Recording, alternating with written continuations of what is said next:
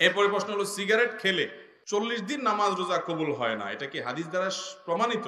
ধূমপানকারীর মুখ থেকে যে দুর্গন্ধ হয়, ধূমপানকারী নিজে যারা আছেন, আমি মাঝে মধ্যে বলি ভাই, নর্দমার কাছে ড্রেনের কাছে গিয়ে একটু ড্রেনের গন্ধটা শুকে এরপর নিজের মুখের গন্ধটা শুকে দেখেন যে ওইটার চাইতে আপনার মুখের গন্ধ মারাত্মক।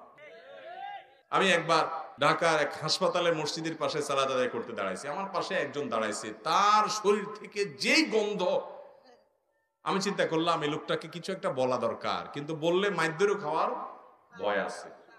তো আমি তাড়াতাড়ি পকেট থেকে কাগজ কলম নিয়ে বের করে সুন্দর করে লিখলাম, ভাই যেই গন্ধ ভাই আজকে আমি শুকতে হলো, আমার সালাত নষ্ট হওয়ার উপক্রম।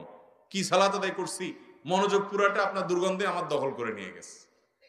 তো আল্লাহর রাস্তায় আল্লাহকে ভয় করেন, এটা আর করেন না। এটা লিখে কাগজটা আমি সাইডে রেখে, সে সালাতের মধ্যে আছে এই অবস্থা, আমি তার সামনে রেখে আইজো দৌড় কাইলো দৌড়, যে আমার দরকার হলো তার নাসিহা করা, মাইদ্যর খাওয়ার তো দরকার নেই। তো নাসিহার কাজ তো হয়ে গেছে, লিখে দিয়ে আসছে। ভাইরা আমার, যারা ধূমপান করেন তাদের মুখে এরকম বাজে অবস্থা তৈরি হয়। পৃথিবীতে ক্যান্সার এখন এত ব্যাপকভাবে ছড়াইছে, আমাদের দেশের কথা যদি আপনি বলেন, ঘরে ঘরে জনে জনে এখন পরিবারে পরিবারে ক্যান্সার।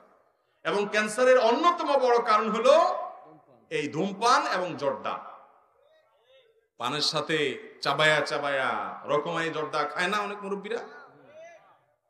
ইবনে মাজার একটি বর্ণনা আছে, সেটি হলো, যদি কেউ মাদক সেবন করে, মাদক গ্রহণ করে এবং এর ফলশ্রুতিতে সে নেশাগ্রস্ত হয়ে যায়, 40 দিন যাবত তার সালাত কবুল হবে না, ইবাদত কবুল হবে না। তো ধূমপানটা তো, এটা তো এর ফলে এক নম্বর কথা হলো মানুষ আসক্ত হয় না, মাতলামি করে না, মাতলামি আসে না। দ্বিতীয় কথা হলো যে ধূমপান এমনিতে নাজায়েজ এবং গুনাহের কথা, সেটা নিয়ে কোনো সন্দেহ নাই, কিন্তু এটা এরকম না যে এটাকে মাদকের মধ্যে ফেলা যায়। এবং এর কারণে আসকারা হাদিসে আসছে, শুধুমাত্র শারিবাল খামার না, মানে শারিবাল খামার বা আসকারা, পদ পান করলো এবং নেশাগ্রস্ত হয়ে গেল, তার 40 দিন ইবাদত কবুল হবে না। অতএব ধূমপানকারীর জন্য এটা প্রযোজ্য না, কিন্তু এর মানে এই না যে ধূমপান করা জায়েজ কাজ বা গুনাহ হবে না, এটাও অবশ্যই না জায়েজ এবং গুনাহের কথা, নোংরা একটা জিনিস। এই ধূমপান, বিষপান লেখাই আছে যেটা স্বাস্থ্যের জন্য ক্ষতিকর, তারপর আবার পয়সা দিয়ে কিনে খাই। আল্লাহ তাআলা আমাদেরকে বুঝার তৌফিক দান করুন।